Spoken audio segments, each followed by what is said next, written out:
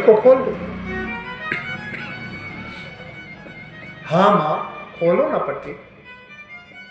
आज गांधारी ने अपनी पट्टी को खोला, ऊपर से नीचे तक दुर्योधन को देखा। जहां तक देखा शरीर वज्र से भी कठोर हो गया, लेकिन ये कमर से जंगा तक का शरीर ये कच्चा है। जैसे गांधारी ने देखा अपने नेत्रों को बंद कर लिया। अरे मूर्ख, तूने मेरी अंतिम आज्ञा भी नहीं मानी। मैंने कहा था शरीर पर कोई वस्त्र नहीं होना चाहिए, फिर ये पत्ता क्यों बांध के आया? और मुझे इतना भी पता है कि तुझमें इतना दिमाग नहीं कि तू अपनी इच्छा से ये करे। बता, किसने दी तुझे ये राय? कोई मिला था मार्ग में? कहा मां, द्वारिका नाथ मिले। समझ गई गांधारी, नाथ मेरे पूरे कुल को नष्ट करने की व्यवस्था करते। मैं तो चाहती थी कि एक बालक जीवित होगा तो हमारा अंतिम संस्कार कर देगा, पर तूने तो हमारे लिए कोई दीपक ही नहीं छोड़ा। तो जा, मैं भी तुझे श्राप देती हूँ, जैसे मेरे सामने मेरे 100 कौरव मर रहे हैं। हे यदुवंशी कृष्ण, तेरे सामने तेरा पूरा यदुवंश नष्ट हो जाएगा। तू देखता रहेगा पर तू उनको बचा नहीं सके। क्या भगवान में इतना सामर्थ्य नहीं कि गांधारी के श्राप को तोड़ दे? सामर्थ्य है, वो चाहे तो एक क्षण में तोड़ सकते हैं, पर क्यों नहीं तोड़ते? क्योंकि भगवान अपने वचन से ज्यादा अपने भक्तों के वचन को समझते हैं।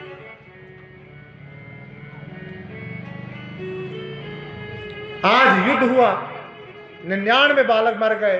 कृष्ण ने इशारा किया, जंघा पे मारो। भीम ने जंघा पे प्रहार किया, अधमूर्छित करके पटक दिया।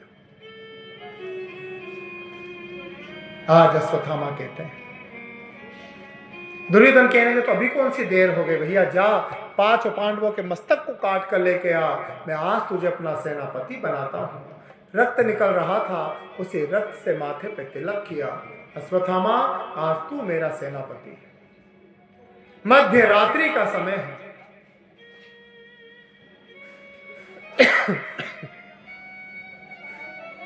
चला गया अश्वत्थामा तलवार को हाथ में लेकर। इधर भगवान ने क्या लीला रची? 5 पांडवों को लेके गंगा के किनारे चले गए। द्रौपदी के 5 बालक थे, चद्दर ओढ़ के द्रौपदी के अपनी मां के पास हो। अंधेरे का समय था। अश्वत्थामा को लगा मानो 5 पांडव होंगे, और उन्हीं के धोखे में 5 बालक के मस्तक को काटा, चद्दर से ढककर दुर्योधन के पास लेकर आए। देख दुर्योधन, मेरी चुटकी का काम था पांडवों को मारना, मैंने मार दिया। दुर्योधन कहने लगा, मुझे 5 से मतलब नहीं, मेरा सबसे बड़ा शत्रु भीम है। मुझे भीम का मस्तक दो, मैं अपने हाथों से उसको तोड़ना चाहता। भीम का बालक था, उसके मस्तक को दिया, पर जैसे दुर्योधन ने पकड़ के थोड़ा सा दबाया, मस्तक का टुकड़ा टुकड़ा। दुर्योधन घबरा गया, अरे अश्वत्थामा किसको मार के आ गया?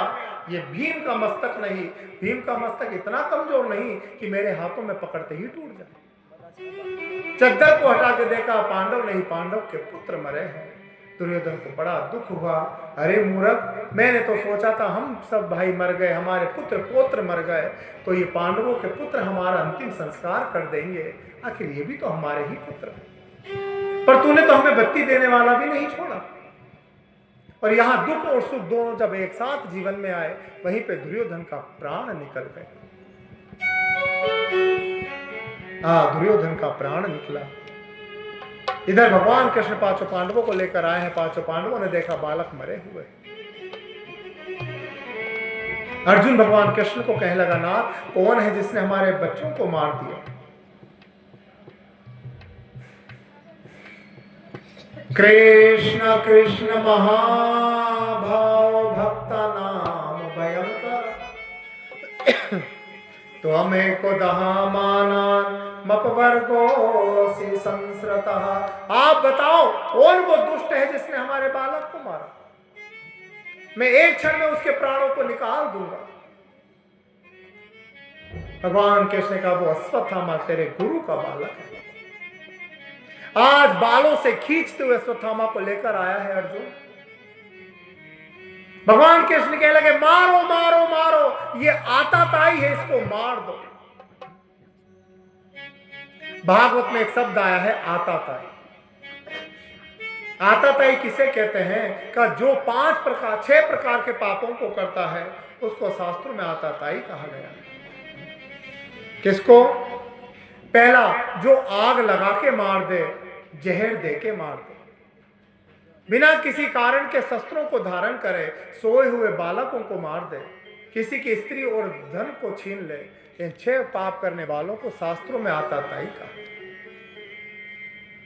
और अश्वत्थामा ने क्या किया? बिना किसी कारण शस्त्र धारण किया। पांडवों से लड़ाई नहीं थी, फिर भी शस्त्र धारण किया। जानता है महाभारत का युद्ध खत्म हो गया, फिर भी शस्त्र धारण किया। और दूसरा, सोए हुए बालकों को मारा, सूर्य अस्त के बाद मारा, सारी मर्यादाओं को तोड़ के युद्ध किया।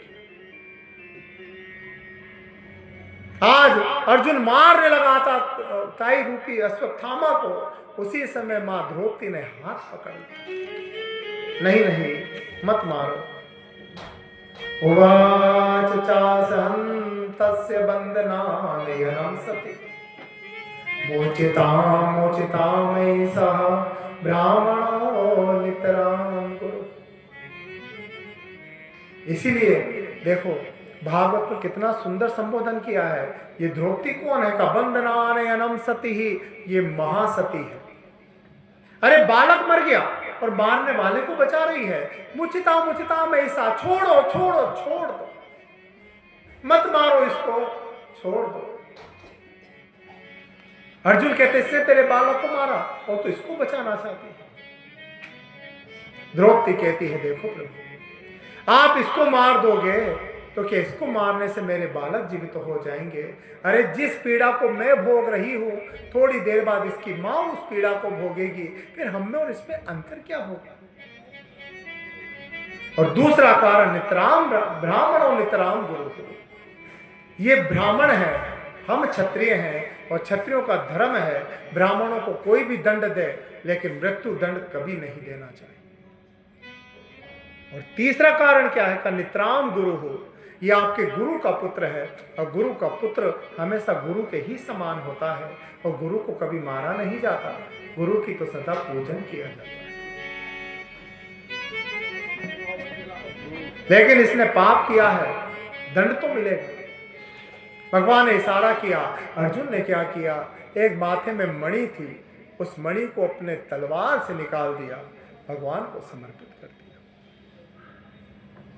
अब अश्वत्थामा की स्थिति कैसी हो गई? जैसे सांप को आधा मार के छोड़ दो, तब सांप जैसे क्रोध में तड़पता है, और वैसे अश्वत्थामा क्रोध में आ गया। अर्जुन, इतना बड़ा अपराध, मैं तेरा गुरु का पुत्र था, तूने मेरे साथ इतना अपमान किया, तो आज तेरे कुल का बीज भी नष्ट कर दूंगा। ध्यान में देखा, कौन? उत्तरा। किसकी पत्नी उत्तरा? उत्तरा किसकी पत्नी है? अभिमन्यु की, पांडवों के पुत्र की, अर्जुन के पुत्र की। उसके गर्भ में बालक था। आज अश्वत्थामा ने ब्रह्मास्त्र को चलाया है और सीधा उत्तरा के गर्भ में प्रवेश कर दिया। गर्भ अग्नि से ऐसे जलने लगा मानो किसी ने अंगारों को गर्भ में भर दिया हो। आज उत्तरा घबरा गई, दौड़ी दौड़ी भगवान के शरण में आई है। पाहि पाहि महायोगिन देव देव जगत्पते नान्यं त्वद्भयं पश्य यत्र मृत्यु परस्पर। हे कृष्ण, पाहि पाहि महायोगी, रक्षा करो रक्षा करो रक्षा। मेरा गर्भ जल रहा है नाथ, मैं मर जाऊं मुझे वो भय नहीं, पर मेरा गर्भ मर गया तो पांडवों को बत्ती देने वाला कोई नहीं बचेगा। इन पांडवों के उद्धार के लिए आप मेरे गर्भ की रक्षा करो।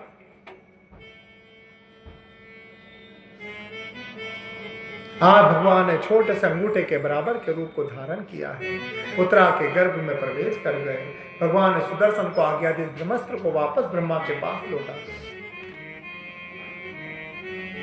जैसे वो ब्रह्मास्त्र गया, बालक को गर्भ में इतना शांति मिलने लगा। देखा एक तेज है गर्भ के अंदर, उसी तेज का परीक्षण करने लगा, उसको जानने के लिए उसके चारों ओर घूमने लगा और उस गर्भ का परीक्षण किया। इसलिए बालक का नाम पड़ा परीक्षित राजा। इधर आज कुंती बुआ ने सारी लीलाओं को देखा। आज कुंती भगवान के पास में आ गई। आज कुंती ने अनेक प्रकार से भगवान को वंदन किया है। कृष्णाय वासुदेवाय देवकी नंदनाय च नंद गोप कुमाराय गोविंदाय नमो नमः। नमः पंकजनाभाय नमः पंकजमालिने नमः पंकजनेत्राय नमस्ते पंकजांकृत। हे कृष्ण, आज मैं आपको पहचान कर, आप कोई साधारण मनुष्य नहीं हो और मैं ये भी जान गई कि आप मेरे भाई वसुदेव के बालक नहीं, आप तो जगत के पिता परमेश्वर हो। आप तो एक क्षण में ऐसे करोड़ों वसुदेव को पैदा करते हो और करोड़ों वसुदेव को मिटा देते हो, लेकिन लीला के कारण आप केवल मेरे भाई के पुत्र बनकर आए। आपकी लीला को कौन जान सकता है? वेद शास्त्र पुराण जिसको नेति नेति के संबोधित करती है, जिसके अधर, जिसकी नाभि के द्वारा कमल की उत्पत्ति हुई, कमल से ब्रह्मा निकला। अनेक प्रकार से भगवान को वंदन किया है। भगवान कहते हैं, कहो भुआ, आज इतनी वंदन क्यों कर रही हो? क्या कुछ मांगने की अभिलाषा है? कुंती ने आज तक भगवान से कभी कुछ नहीं मांगा, पर आज कुंती कहती है, हाँ मांगना है। क्या चाहिए? का पर वचन दो, जो मांगूंगी वो ही दो। बुआ, आज तक मुझसे जिसने जो मांगा है मैंने उसको वो ही दिया है, मांगो क्या चाहिए। भागवत में दो भक्तों के वरदान को श्रेष्ठ बताया है, एक कुंती का वरदान और दूसरा किसका? और कौन? बाणासुर। दो के वरदान को वृत्तासुर। क्या वरदान मांगा वृत्तासुर ने? का दासानुदास, हे गोविंद, यदि मुझे कुछ बनाना है तो तुम्हारे भक्तों के घर का नौकर बना दो। मालिक नहीं बनना, नौकर बना दो। नारायण का मूर्ख, तू कहे तो तुझे इंद्र की गद्दी पे बिठा दूं, तो इंद्र से लड़ क्यों रहा है? स्वर्ग के लिए तो लड़ रहा है और मुझसे कह रहा है कि दासानुदास। तो फिर कारण बताते हैं। वृत्तासुर कहता है, कारण एक है नाथ, मैंने आज आपके स्वरूप को देखा, आपके नाम की महिमा को पहचान कर मैं आपके भक्तों के घर में रहूंगा ना प्रभु, तो आपके भगत नित्य आपके नाम को गाएंगे, आपकी कथा को गाएंगे, आपके नाम को सुमिरन करेंगे और मैं नित्य हर क्षण आपके नाम का सुमिरन सुनता रहूं। और दूसरा वरदान और दो। क्या? मेरे शरीर में जितने रोम हैं, एक एक रोम एक एक कान बन जाए, जिससे मेरे रोम रोम से तुम्हारी कथा को मैं सुन सकूं और मुझे कुछ नहीं चाहिए। और इधर देखो, कुंती बुआ ने कितना सुंदर वरदान मांगा। कुंती बुआ कहती है, क्या दोगे तुम? तेरी महिमा मैं समझ गई। याद है मुझे वो दिन जब लक्षागृह में दुर्योधन ने मेरे बालकों को जलाने की तैयारी किया। उस समय बचाने वाले कौन थे? गोविंद, आप ही तो थे। भरी सभा में मेरी पुत्र वधु द्रौपदी को बालों से खींच के दुशासन लेकर आया, उसके कपड़ों को खोलने लगा, पर वो चीर बढ़ाने वाले कौन थे? संसार को तो वो साड़ी दिख रही थी, पर नाथ मैंने देखा वो साड़ी नहीं, वो नाथ केवल आप ही थे। सुबह से शाम हो गई, दुशासन को साड़ी खींचते खींचते। नारी बीच में साड़ी है कि साड़ी ही की नारी है।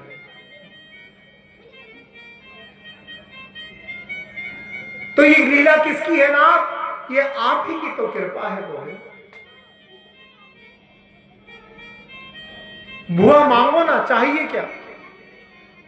आज कुंती ने बड़ा सुंदर वरदान मांगा। विपदा संतो ना शाश्वतत्र तत्र जगत गुरु भवतो दर्शनाय स्यात् पुनर्भव दर्शनम। दे दोगे जो मांगूंगी? अरे मुझसे बचा क्या है? मैं क्या नहीं दे सकता बुआ, मांग के तो दे। तो आज कुंती कहते, तो दे दो कृष्णा। क्या इस संसार में जितनी भी विपदा है, दुख है, कष्ट है, संकट है, ये सब मेरे जीवन में दे दो।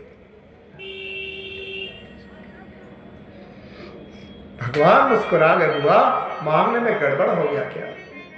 नहीं नहीं, मुझको दुख चाहिए, मुझे कष्ट चाहिए, मुझे संकट चाहिए। आप लोग मंदिर में जाते हैं, बताओ आप लोग कभी भगवान को कहते हो क्या हमारे जीवन में दुख आए, हमारे जीवन में कष्ट आए?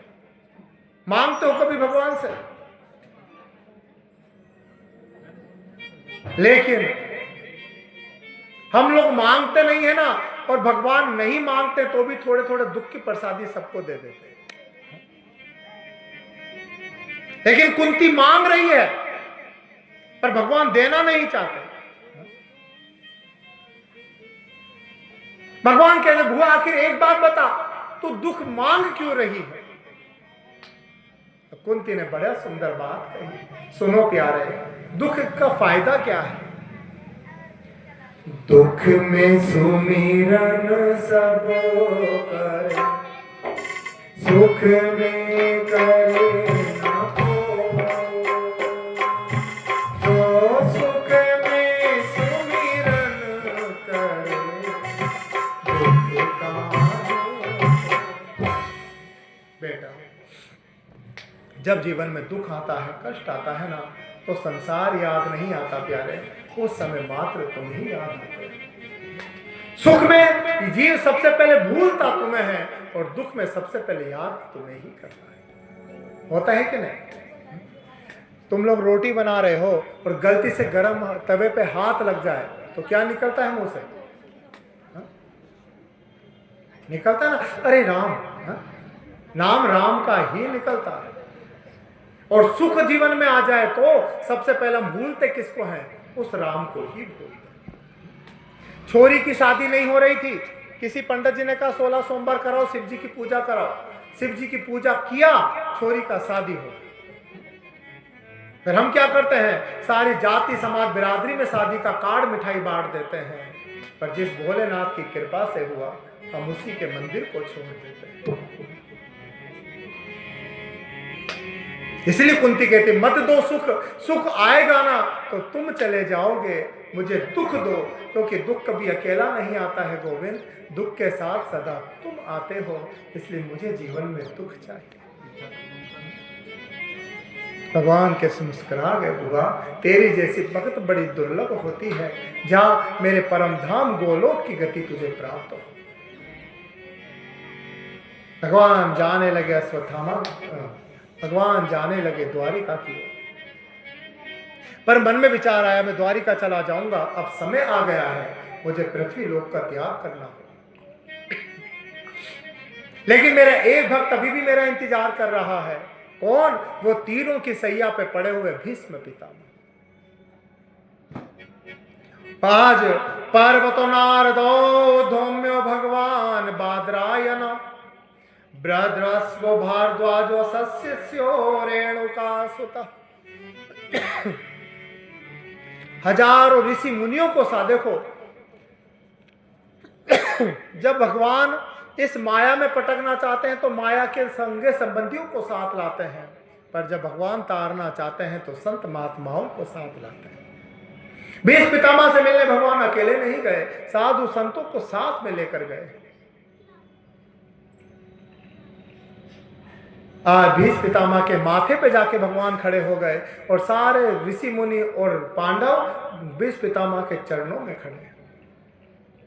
अब माथे में तीर लगा है ना, इसलिए सिर झुका नहीं सकता है। भीष्म पितामह भगवान को हाथ जोड़ के वंदन किया, नाथ आप मेरे चरणों में आके खड़े हो जाओ। आज भगवान चरणों के सामने आके खड़े हो। भीष्म पितामह अब तेरी कोई अंतिम इच्छा हो तो बोल दो, क्योंकि जो तूने उत्तरायण का समय मांगा था वो उत्तरायण का समय भी आ गया है।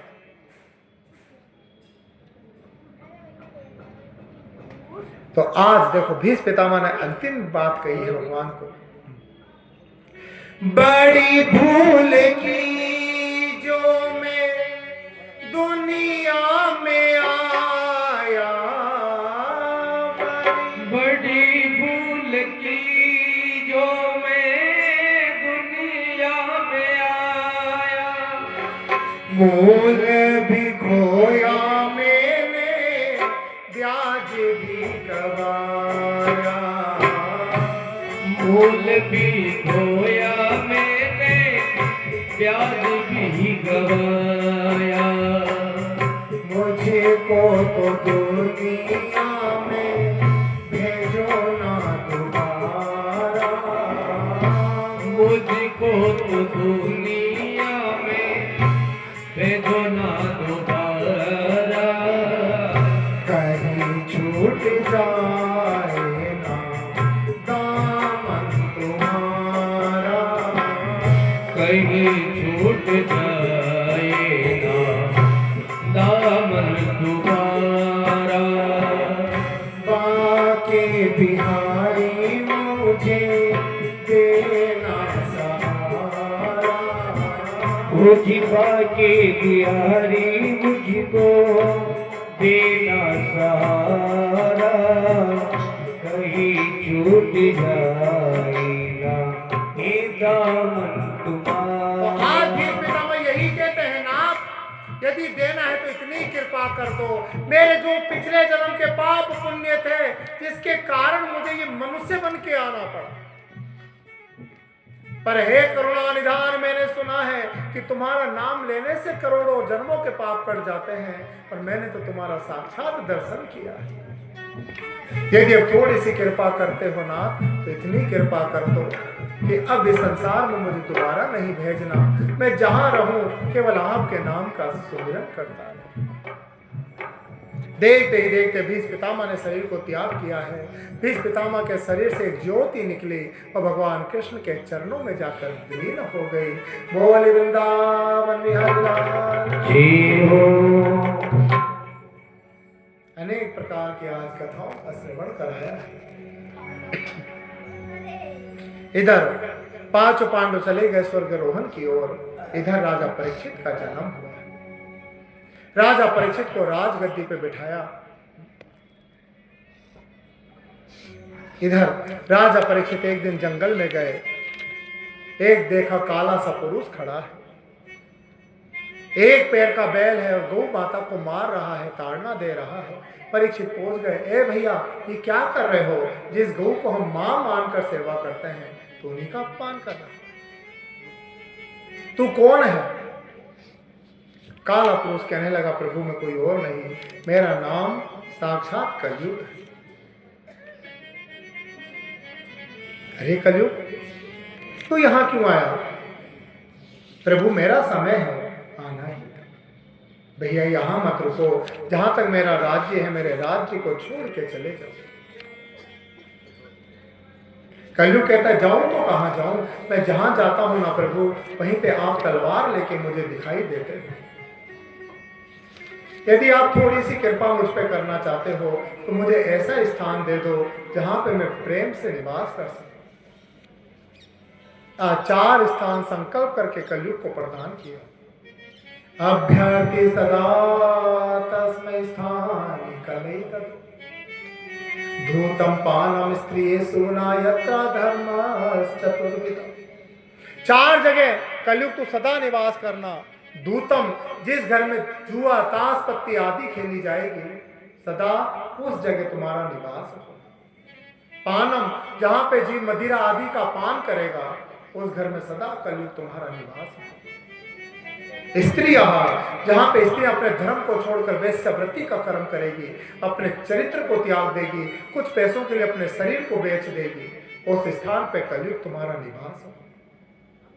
सुनहा, जिस घर में लड़ाई झगड़ा कलह कलेश होगा उस घर में भी कलयुग तुम्हारा निवास हो। कलयुग ने का 4 स्थान दिया पर एक स्थान और दे दो।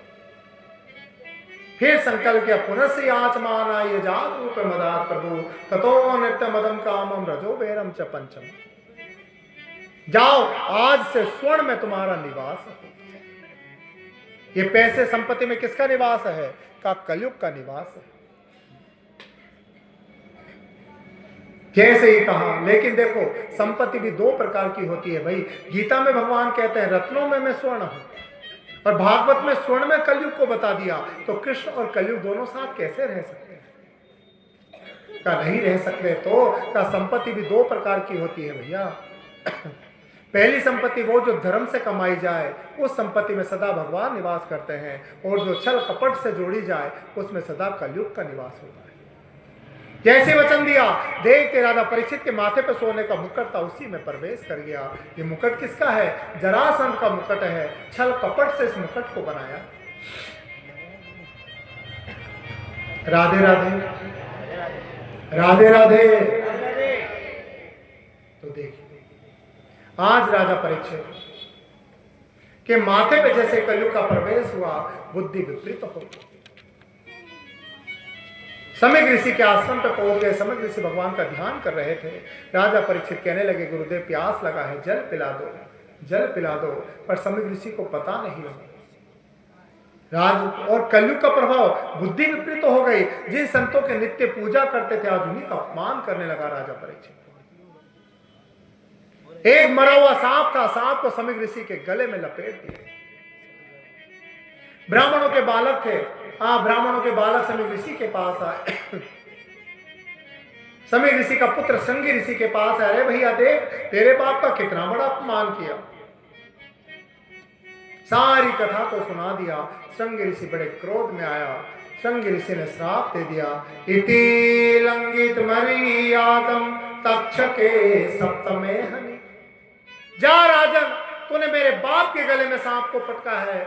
मैं भी श्राप देता हूं कि उसी जाति का तक्षक नाग आएगा और आज से ठीक 7वें दिन तुझे दंशन करके मार देगा। ये मेरा श्राप है। आज समीर ऋषि के पास आए, गले में से मरे हुए सांप को हटाया, सारी बात को बता दी। पर कहते हैं ना, संत हृदय नवनीत समाना, प्रेम में प्रकट होई में जाए। संत कभी किसी का बुरा सोच ही नहीं सकते हैं। समय ऋषि जानते थे कि कलयुग का प्रभाव के कारण बुद्धि भ्रष्ट हुई है। कहा, जाओ, अब श्राप तो मैं वापस नहीं ले सकता संगी, पर जाकर कह दो राजा परीक्षित को, ठीक 7वें दिन मरोगे, अपनी मुक्ति का उपाय करो। ऋषियों ने जाके कहा, सारी बात को बता दिया। पर आज देखो, जैसे मुकुट को उतारा, बुद्धि फिर पवित्र हो गई। राजा परीक्षित के मन में विचार आया, मैंने कितना बड़ा अपराध किया, संतों का अपमान कर दिया। अरे मैं मर भी जाऊं तो उसका अपराध का कैसे प्रायश्चित होगा। तभी ब्राह्मणों के बालकों ने आके कहा, श्राप लगा है, उपाय करो। पर जैसे श्राप शब्द को सुना, बड़ा प्रसन्न हो गया राजा परीक्षित। ये श्राप नहीं है, ये तो मेरे गुरु का आशीर्वाद है मेरे ऊपर। कैसा आशीर्वाद? मुझे क्या श्राप मिला है? का तक्षके सप्तमे हनि, 7 दिन में मरोगे, 7वें दिन मरोगे। गुरु ने मेरे 7 दिन को निश्चित कर दिया कि 7 दिन पहले मुझे काल भी नहीं मार सकता। और इस संसार के जीव का तो एक क्षण का भरोसा नहीं कि कौन सा क्षण हमारा अंतिम हो। राज से वस्त्रों को उतारा, अपने पुत्र जन्मेजय का राज तिलक किया, स्वयं चले गए गंगा के किनारे। ऋषि मुनियों को पता लगा राजा परीक्षित आए हैं। राजा परीक्षित ने सभी को वंदन किया और 2 प्रश्न आज ऋषियों से पूछे। पहला, जो जीव थोड़े समय में मरने वाला हो, उसको क्या करना चाहिए?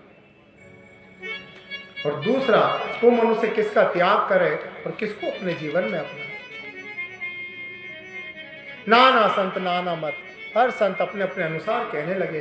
एक ने कहा जाप करो, एक ने कहा तपस्या करो, एक ने कहा तीर्थ करो, एक ने कहा दान करो, एक ने कहा कथा सुनो, एक ने कहा भजन करो। जिसका जैसा मत अपने मतों को बताने लगा। राजा परीक्षित विचार करने लगे, ये उपाय तो सब कल्याण के हैं भैया, पर 7 दिन में कल्याण करने वाला कोई उपाय नहीं। और कल्याण का उपाय कौन बता सकते हैं? जब सदगुरु जीवन में आते हैं तो ही उपाय बता सकते हैं। मेरे जीवन में अभी तक गुरु नहीं है, इसलिए मुझे मुक्ति का मार्ग नहीं मिल रहा। आप वंदन करने लगे, कैसे होगी मुक्ति? और जैसे ही मन में गुरु की कामना हुई, वैसे ही क्या हुआ, देखते ही देखते उत्तर दिशा की ओर से श्याम वर्ण के लंबी लंबी भुजाओं वाले, घुंघराले बालों वाले, गोपी वस्त्र को धारण किए हुए श्री सुखदेव भगवान का प्राकट्य हुआ है। बोले सुखदेव भगवान की जय हो। बोले सुखदेव भगवान की, बोले सुखदेव भगवान जी हो। प्राकट्य हुआ है। व्यास गद्दी अभी तक खाली पड़ी थी, ऋषि ने अपने मत से सुखदेव भगवान को उस पर बिठाया। उन्हीं संत समाज में सुखदेव भगवान के पिता व्यास जी और दादा पराशर ऋषि थे। वो दोनों भी खड़े होकर अपने पुत्र को प्रणाम करने लगे। सभी ने भगवान श्री सुखदेव जी का पूजन किया है और अब भगवान श्री सुखदेव का पूजन करेंगे। सभी पूजन करेंगे भगवान सुखदेव का। आज यही सुखदेव भगवान के पूजन पे कथा को विश्राम। कल की कथा में भगवान के अनेक प्रकार की लीला होगी। ध्रुव चरित्र, शिव चरित्र, नरसिंह चरित्र, पर समय रहेगा तो वामन भगवान को प्रकट करेंगे, नहीं तो फिर वामन भगवान राम और कृष्ण उनको परसों ही करेंगे। पर समय रहा तो, क्योंकि तुम लोगों को 4 बजे चाय की भी याद आ जाती है। पर याद रखना कल का ही समय 4 बजे तक का है, परसों से कथा का समय वही 5-6 बजे तक का रहेगा। इसलिए कार्यकर्ता लोग भी जरा ध्यान से सुन लें। परसों से जनरेटर की व्यवस्था कैसे भी करो पर कर लेना। नहीं बैटरी से इतना नहीं चलेगा तामझाम भाई, ये बैटरियां वापस पहुंचा देना और एक जनरेटर की ही व्यवस्था करो भाई। इन्वर्टर से इतना चल जाएगा क्या तामड़ा जामड़ा? फिर ये नहीं चलेंगे तो फिर मतलब ही क्या होगा? साज बाग नहीं चलेगा तो फिर मतलब ही क्या होगा राम जन्म में कृष्ण में? तो सुबह के जो यजमान थे पहले आप आ जाए। सुखदेव भगवान का पूजन होगा, उसके बाद सभी आएंगे और सुखदेव भगवान का पूजन करेंगे। तो पहले पूजन तो करा दो। बस करा के फिर एक भजन करके भी तू चल जाए। वो जा रहा है दूर ही चला तक भी उसके साथ मोटरसाइकिल भी चल जाता हूँ। 6:30 आएगी बस। हाँ तो तेल का पैसा देगा, 500 रुपये दे देगा भाई। कितने बस हमारे किराए लाग मिलेगी तेल का पैसा मतलब टाइम से पहुँचाओ तो बता दीजिए। गुरु ब्रह्मा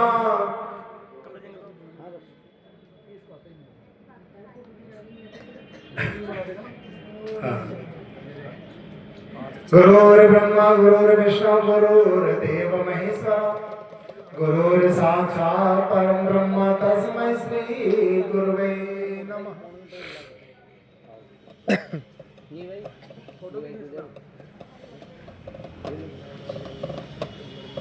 पहले यजमान पूजन करेंगे, उसके बाद जितने भी श्रोता लोग बैठे हैं सब आएंगे, सुखदेव भगवान का सभी पूजन करेंगे।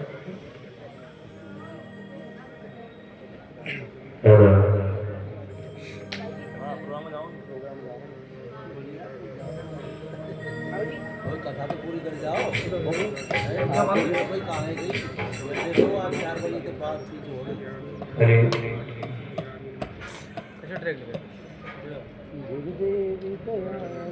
हरिओम।